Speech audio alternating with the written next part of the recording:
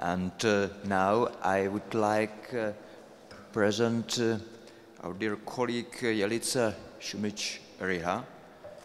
She's currently a researcher at the Institute of Philosophy of the Slovenian Academy of Sciences and Arts in Ljubljana, and teaches at the University of Nova Gorica. She wrote many works focusing on issues such as Lacanian psychoanalysis, ethics, political theory, to name only one piece. This is the book titled Totemic Masks of Democracy. C'est un vieux truc.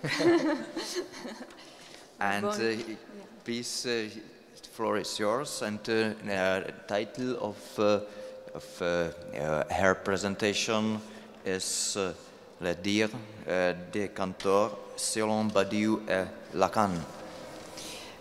Merci. Je voudrais d'abord commencer par remercier vraiment chaleureusement d'abord Yana, Nick Nesbitt et Michael et tous ceux qui ont contribué à ce que ce colloque puisse avoir lieu. C'est vraiment un événement, je crois, immémorable, je l'espère. Bon, en fait, le titre est un tout petit peu différent que le titre donné par Michael, à savoir le dire de Cantor selon Lacan et Badiou, parce que je commence par Lacan et ensuite je passe à ce que je pense est la lecture de Badiou du dire de Cantor. Donc je pars d'une question à première vue rhétorique, mais en fait elle est inspirée par la manière dont la question concernant les rapports entre la philosophie et la mathématique se pose Badiou. Donc la question est la suivante: la mathématique peut-elle s'interroger sur elle-même? Dans les principes des mathématiques, Russell propose la définition de la mathématique pure que je résume ainsi. La mathématique pure est un ensemble d'implications formelles indépendantes de tout contenu. Or, en 1901, Russell donne une autre définition sur laquelle Lacan a commenté à plusieurs reprises. C'est pour ça que je l'ai choisi, à savoir, et je cite: la mathématique est une science où l'on ne sait jamais de quoi on parle, ni si ce qu'on dit est vrai. Donc la première définition de la mathématique représente le formalisme, celle de 1901, met au contraire en relief le dire de mathématiques. En tenant compte de ces deux définitions, on pourrait dire que la mathématique est un ensemble d'implications formelles indépendantes de tout contenu, mais un ensemble qui inclut le dire mathématique. Suivant Lacan, on pourrait dire que le dire mathématique, c'est le dire en tant qu'il réalise un savoir. La réalisation du dire implique une rencontre inédite, une nouveauté absolue, d'où l'idée de Lacan de faire du dire un événement en tant que rencontre avec un bout de réel. Pour fixer les termes, je dirais donc qu'il y a du dire au moment où on peut séparer un avant et un après. Cette introduction du savoir nouveau en tant que rencontre avec un réel, avec un bout de réel, est ce qui permet ou qui produit cet avant et cet après. Se dire en tant qu'un événement ne constitue pas un progrès en tant que tel. Sa propriété est au contraire de redéfinir le champ de savoir dans son ensemble. Concernant le dire mathématique, Lacan insiste non seulement sur l'aspect créationniste du dire mathématique, qui se manifeste comme l'avènement d'un concept nouveau ou d'une définition nouvelle, c'est-à-dire d'une bonne définition qui élève la chose mathématique j'emprunte le terme de Nathalie Charotte, au statut d'objet mathématique. Mais, donc Lacan n'insiste pas seulement sur cet aspect créationniste, mais aussi sur l'effet rétroactif que cette création peut avoir sur l'ensemble des mathématiques. Tout l'imaginaire mathématique est remodelé après l'apparition d'une définition majeure qui fait apparaître un nouvel objet, de sorte qu'on a l'impression qu'on a toujours déjà été là et qu'il a suffi de le découvrir. En fait, il ne s'agit pas ni d'une invention, ni de découverte, mais d'une véritable refonte dans l'ensemble qui, par sa cohérence nouvelle et sa consistance imaginaire, semble avoir été toujours là.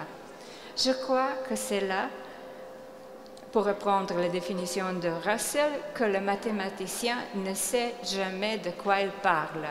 Il ne le sait pas parce qu'il confond événement en tant que création pure et savoir en tant qu'ordonnancement rationnel du discours. Et il ne sait pas si ce qu'on dit est vrai ou non parce qu'il ne fait pas la distinction entre le registre du dire et du vrai.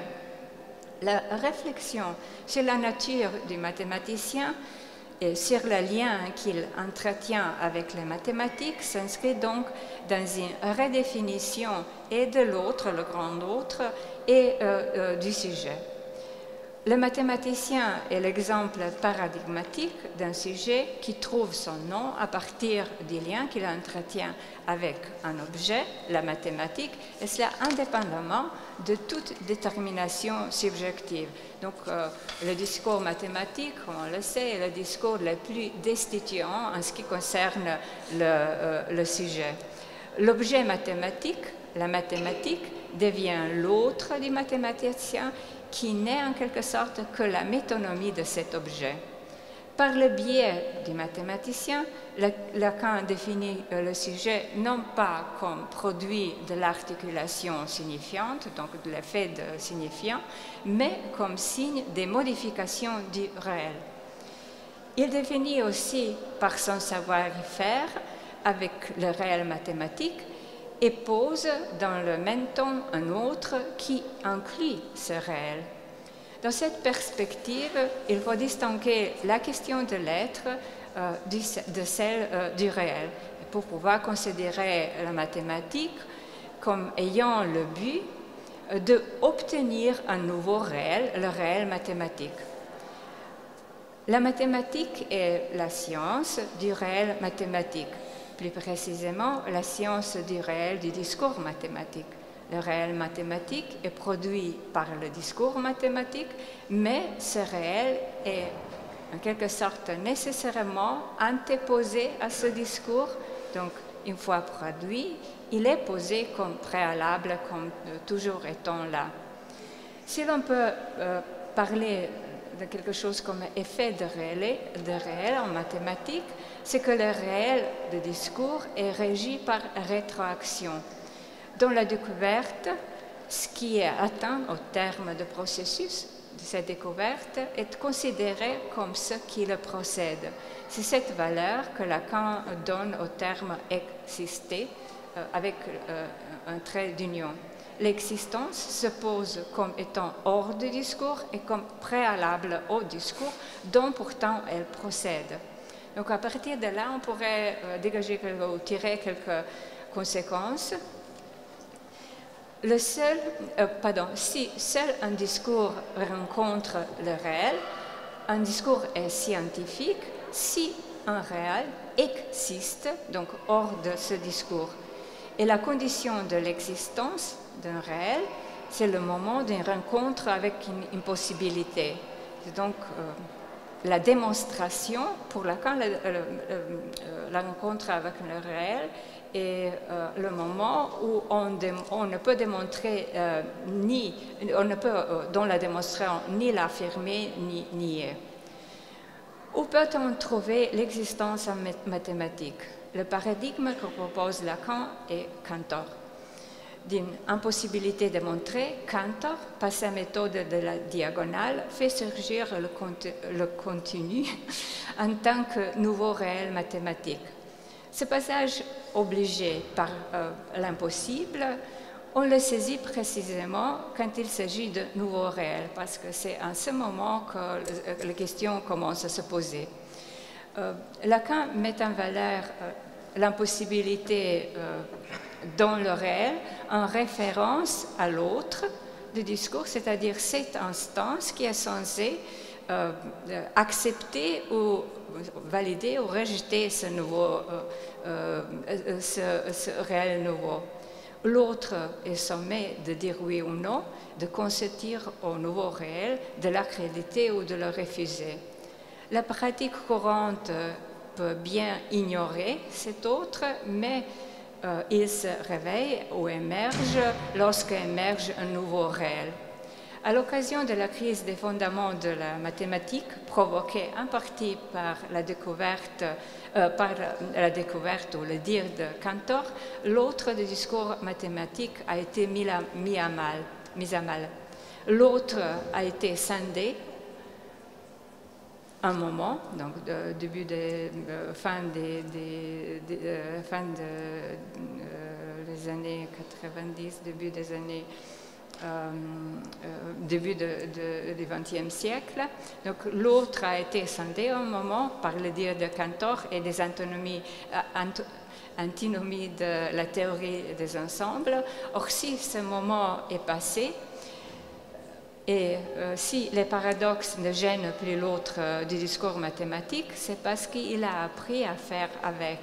Donc il a appris à faire, il n'y a pas d'ensemble de tous les ensembles, il n'y a pas de plus grand transfini. L'autre des mathématiques est renouvelé encore une fois et sait y faire avec son symptôme. Avec Lacan, le dire de Cantor trouve donc une nouvelle validation. En effet, ce dont témoigne Cantor lui-même, c'était la conviction que le nouveau savoir qu'il avait élaboré concernait en réel. Et toute la question est de savoir lequel. Ce que Cantor recherchait rencontre aussi le point de la doctrine lacanienne qui se résume en ceci. La logique et la mathématique sont nos seuls modes pour accéder au réel de la structure, y compris la structure du sujet qui concerne la psychanalyse. La théorie de Cantor ne se réduit pas à la fonction de fournir simplement des modèles pour la formalisation, pour les mathèmes. Par le réel de la structure qu'elle concerne, c'est le lien entre vérité et structure qu'elle permet en quelque sorte de bouger, déplacer dans la psychanalyse. Donc ce nœud paradoxal du rapport entre la psychanalyse et la mathématique qui n'a rien d'évident, on pourrait l'illustrer à partir de la notion d'infini. Si pour Freud l'analyse est infinie, Lacan, pour sa part, avait la notion de la fin d'une analyse. Et c'est pourquoi il a mis en place cette procédure de la passe, donc justement pour marquer cette fin. Pour soutenir cette opposition, il faut que la base sur laquelle on travaille soit infinie. On affirme donc que le symbolique est infini, puisqu'il est toujours possible d'ajouter un énoncé à tous les énoncés déjà existants. Cette construction serait inattaquable dans sa façon naïve d'utiliser les termes d'infini et d'infini si elle n'appartenait à un discours qui, à la suite de Lacan, se réfère à Cantor pour tirer les leçons de la découverte des nombres transfinis. Donc, même si on peut toujours ajouter des énoncés nouveaux, cela signifie que nous sommes toujours dans un infini improprement dit, mais cela n'empêche pas que la cardinalité des symboliques sera toujours infinie, même s'il s'agit d'un nombre inaccessiblement grand et inconnu. Or, l'infini cantorien s'instaure précisément à partir de la rupture avec une notion de l'infini en tant qu'inaccessible, rupture qui a permis à Cantor de dégager un infini purement quantitatif et les transfinis comme les nombres. L'aventure de Cantor intéresse Lacan aussi comme exemple type d'une découverte dans la science qui implique l'invention d'un signifiant nouveau. C'est le terme introduit dans sa proposition de 9 octobre sur le psychanalyste de l'école. Touchant au problème de l'infini, son caractère de franchissement a intéressé Lacan, qui y voyait une suggestion, je cite, concernant l'ordre, ne fut-il pas lui transfini où le désir du psychanalyste se situe. Fin de citation. Cantor se passionne très tôt pour la structure de contenu. La première étape sera une construction rigoureuse de nombres réels. L'autre étape capitale avait été la découverte que le contenu n'a pas la même puissance que le dénombrable. Et pourtant, en considérant la cardinalité de l'ensemble des symboles infinis, rien ne permet à Cantor de sortir du dénombrable et donc d'attendre la puissance du contenu. D'après Cavaillès, Cantor est confronté à l'évidence qu'il faut créer de nouveaux nombres. Les simples symboles de la dérivation ne permettent pas de dépasser le dénombrable. Donc le trait de génie de Cantor dans la construction des transfinis était de comprendre qu'on ne pouvait dépasser qu'en limitant au préalable. C'est en posant les bonnes limites, parce qu'il a appelé le principe de limitation, qu'il a trouvé la voie pour atteindre des cardinaux toujours plus élevés et que ce qui ne permettait pas le simple 1 en plus combiné avec le passage à la limite. Donc des principes d'engendrement que Cantor utilisait auparavant. En quoi cette aventure cantorienne intéresse-t-elle la psychanalyse? Le côté vertigineux et infini de l'affaire vient de ce que Cantor se met en position de survoler en quelque sorte toutes les limitations possibles et de dépasser toutes. Ce qui le conduit à affirmer que la place de Dieu est reculée. Au lieu d'être après tous les nombres entiers finis, elle se trouve maintenant à l'horizon des transfinis. Donc la place, même si, disons, la croyance religieuse de Cantor n'apparaît pas avoir un impact sur son discours mathématique, toujours est-il que Cantor se considérait comme étant le scribe de Dieu et donc comme étant supporté par Dieu. Donc, pour répondre, une fois ce premier pas franchi, il faut un nombre transfini de limitations pour envisager l'ultime saut, impossible à écrire et paradoxal, car le 1 en plus simplement permet encore de le dépasser, donc il n'y a pas de point d'arrêt. Le paradoxe du plus grand transfini a rendu la place de Dieu logiquement inconsistante, et ce qui avait, donc on pourrait dire, ce qui avait été gagné quant à la complétude était perdu quant à la consistance. L'enjeu existe aussi pour la psychanalyse, car choisir un modèle qui décide ce que l'on entend par infini a des conséquences logiques incalculables puisqu'elle détermine notre façon de penser. Envisager le signifiant dans sa dimension matérielle implique donc la finitude du symbolique. C'est l'incomplétude de grand autre, écrite dans le Mathème de Lacan, est de grand abarré.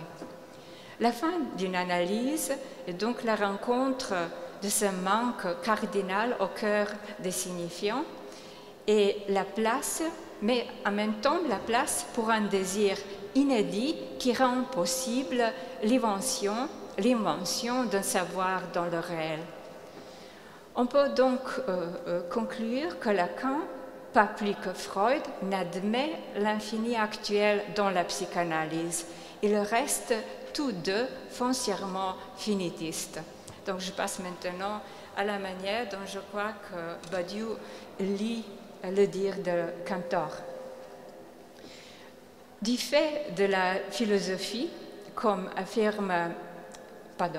du fait que la philosophie, comme l'affirme Badiou, parle sous la condition des événements de la mathématique, il s'agit donc d'un tout autre rattachement à la mathématique que dans le cas de la psychanalyse. En effet, le rattachement de la philosophie à la mathématique consiste dans cela qu'elle accepte de reconnaître la mathématique comme l'ontologie, c'est-à-dire que pour Badiou, la mathématique est considérée en quelque sorte comme une puissance créative, donc une puissance qui est capable de libérer la vérité laïque. Pour aborder la question que j'ai pris comme mon point de départ, à savoir la mathématique peut-elle s'interroger sur elle-même, il faut d'abord affirmer avec Badiou que la mathématique est une pensée. Et c'est seulement après avoir affirmé que la mathématique est une pensée qu'on pourrait faire retour à la pensée de cette pensée. Il y a effectivement, selon Badiou, les moments singuliers où la mathématique, confrontant un point d'impossibilité, est obligée de penser sa pensée. Le moment du retour de la mathématique sur elle-même est le moment où la mathématique est confrontée en même temps à sa décision décisoire. Donc, chez Cantor, de décider que l'infini actuel existe.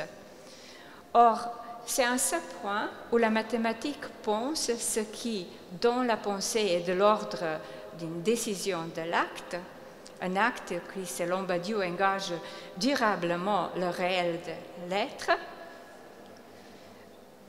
C'est à ce point seulement que la mathématique, c'est-à-dire l'ontologie, fonctionne comme condition de la philosophie. Donc l'affaire de ce conditionnement me semble être beaucoup plus compliquée qu'on ne le pense. Que la mathématique se rapporte à sa propre pensée selon son orientation, c'est quelque chose que la mathématique elle-même ne peut pas rendre compte. Et donc c'est la tâche de la philosophie, plus précisément, c'est la tâche de la philosophie qui est sous la condition de la mathématique. Or, admettre que l'ontologie ne se saisit l'ontologie ne se saisit dans la mathématique que par la philosophie, c'est admettre que pour la philosophie, sous la condition de la mathématique, celle-ci est le lieu des grandes aventures et aussi des grands drames de la pensée. Et c'est là qu'on peut situer le dire de Cantor. Pour Badiou, la théorie cantorienne des ensembles reste pour la philosophie, je cite, « acquis obligé et singulier », dans la mesure où elle est rendue possible une sorte d'émancipation, libération du multiple pur par la destitution de l'un. En nous donnant des outils conceptuels pour faire toutes sortes d'opérations assez multiples, l'entreprise de Cantor nous a donné prise précisément sur les ensembles infinis en acte. Cette ontologie cantorienne est donnée par le schéma ontologique par excellence, ce qui est le nombre. Dans ce qui suit, je me concentrerai sur l'analyse des ordinaux qu'on trouve dans le livre de Badiou, le nombre et les nombres. Je reprends en particulier sa distinction entre les ordinaux successeurs et les ordinaux limites. Selon Badiou, l'opposition entre le successeur et la limite est d'une très grande portée philosophique. Mais pour pouvoir dégager les conséquences de cette thèse, il faut d'abord inverser l'idée reçue selon laquelle ce qui se passe à la limite est plus complexe, plus obscur aussi, que ce qui est en jeu dans la succession, qui n'est qu'un simple pas en plus. Or, la leçon qu'il faut tirer de l'ontologie du multiple, c'est tout au contraire. si les ordinaux successeurs sont plus intéressants, c'est parce que dans la succession qu'on rencontre et la difficulté et la résistance. La succession ordinale est bien de l'ordre d'un pas de plus, mais un pas en plus qui crée, dit Badiou, un vide entre l'état initial et l'état final. On peut dire qu'un ordinal successeur délimite en arrière de lui-même un écart où rien, comme dit Badiou, ne peut s'établir. Je cite, « En ce sens, plutôt qu'il ne succède, un ordinal successeur commence. Il n'a aucune continuité avec ce qui le précède. C'est en ce sens qu'on peut dire que l'ordinal successeur ouvre la pensée que l'ordinal successeur ouvre à la pensée d'un commencement dans l'être. » Fin de citation. Cela explique aussi pourquoi Badiou, et je le cite de nouveau, pour Badiou, toute véritable épreuve pour la pensée est dans la nécessité localisable d'un pas supplémentaire, d'un commencement inentamable. Apprendre et endurer l'épreuve du pas supplémentaire, telle est la véritable nécessité du temps. Fin de citation. Ce qui est profond, donc selon Badiou, et plus redoutable aussi, c'est l'écart vide du successeur. Donc, parce que s'il n'y a, si on suit Badiou, rien de plus à penser dans la limite que dans ce qui le procède, ce n'est pas la même chose pour les successeurs. Car ce qu'il y a de plus, si je peux dire, dans le successeur, c'est que là, il y a un franchissement. Et c'est pourquoi nous devons apprendre ou réapprendre que l'audace de la pensée est de franchir un écart où rien n'est disposé. Suivant la ligne de l'argumentation de Badiou, on pourrait voir que pour la philosophie sur la condition de la mathématique, et tout spécialement de la théorie du nombre ordinal, ce qu'il y a de difficile dans la limite, ce n'est pas ce qu'elle donne à penser, mais son existence parce qu'elle n'est pas démontrable. Et ce qui concerne la succession, ce qu'il y a de difficile dans la succession n'est pas son existence qui est en quelque sorte évidente, mais ce qui de la pensée commence avec cette existence. En bref, le dire de Cantor, dans la mesure où il s'agit là d'un franchissement, consiste surtout à une décision sur l'existence de l'infini à l'acte. Je cite, n'étant ni relevé par la religion, ni prouvé par la métaphysique, comme le désir la métaphysique, surtout médiévale, mais seulement décidé sous l'injonction de l'être, dans la forme de nombre, l'infini non seulement existe, mais en plus, comme le dit Badiou, existe banalement partout. Donc il semble qu'il y a deux aspects dans cette pensée, ou cette manière de lire Cantor et la théorie des ordinaux. D'un côté, il y a bien évidemment la recherche de l'être pur et du multiple pur inconsistant en tant que structure au-delà des structures. Mais de l'autre côté, il y a aussi l'effet construit formel et déposé de cette construction. Les ordinaux forment bien une multiplicité inconsistante, mais cet accès est en quelque sorte indécidable à partir de la théorie des ensembles. L'être, c'est du multiple pur, inconsistant, que seul nombre donne à voir. Le nombre est consistant à l'être, il inconsiste, dit Badiou, et se dissémine et prolifère, tout comme le multiple pur, forme générale de l'être en tant qu'être.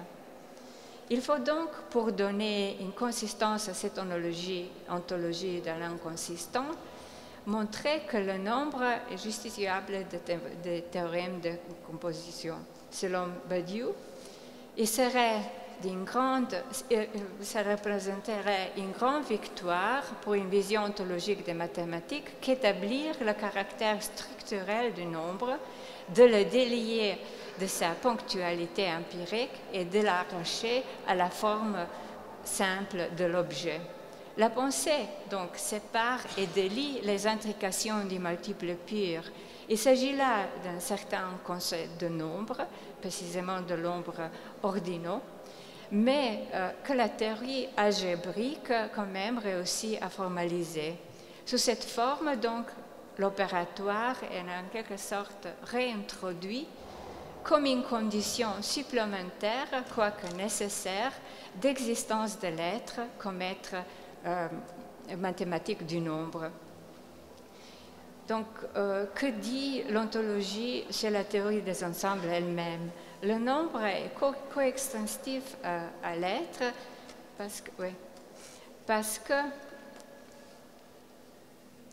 pour chaque ordinal, je passe peut-être pour aller plus vite vers la conclusion. Les théorèmes de l'ontologie qui doublent la théorie des ordinaux sont, pour certaines façons, pour cette raison, des théorèmes d'existence. L'un des plus importants est donc le théorème de Cantor, dans la mesure où c'est celui qui donne son essor à l'être en tant qu'être. Il fait exister l'une des formes essentielles de multiples purs. S'il y a donc l'ontologie en ce sens, c'est précisément parce que les théorèmes d'existence visent tous, en quelque sorte, la libération du multiple pur. Bon, je saute sur une partie pour pouvoir plus vite conclure.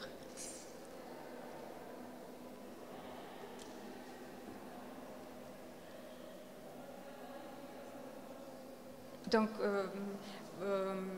je passe surtout sur l'analyse de Badiou de la coupure pratiquée par Dedekind pour construire la suite des nombres réels. Et l'intérêt de ce geste consiste à un certain effet que cette existence de ce nombre est le résultat de la construction. Donc ce n'est pas quelque chose qu'on trouve, c'est quelque chose qu'on construit. Or, cette construction d'une coupure consiste donc à insérer des valeurs supplémentaires.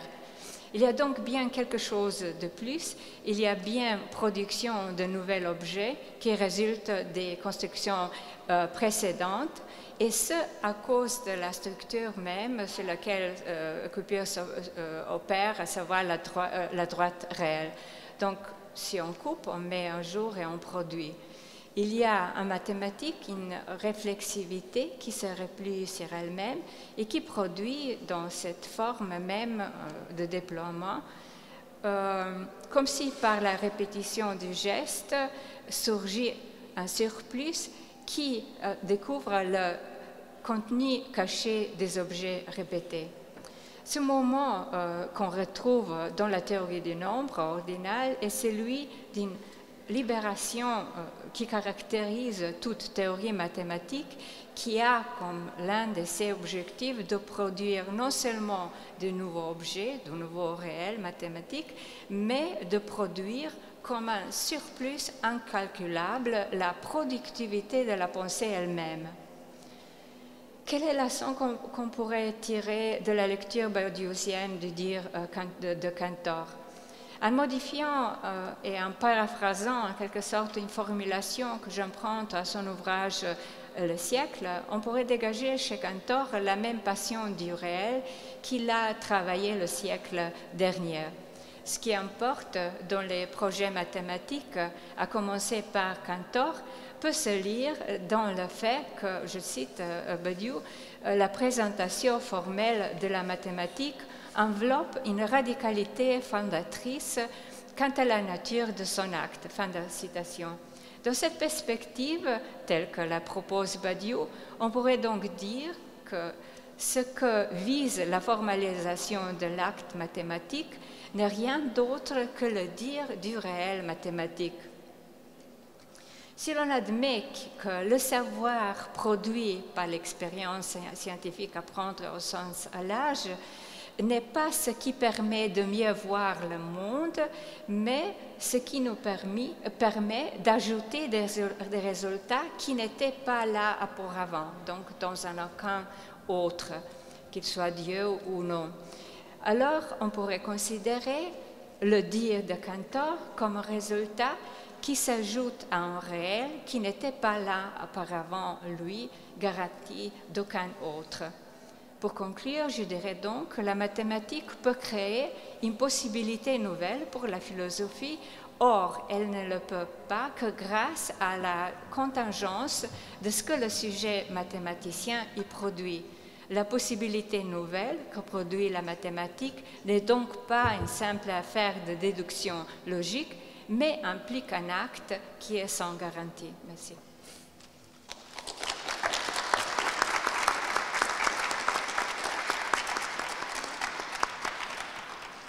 Jelica, thank you for your presentation.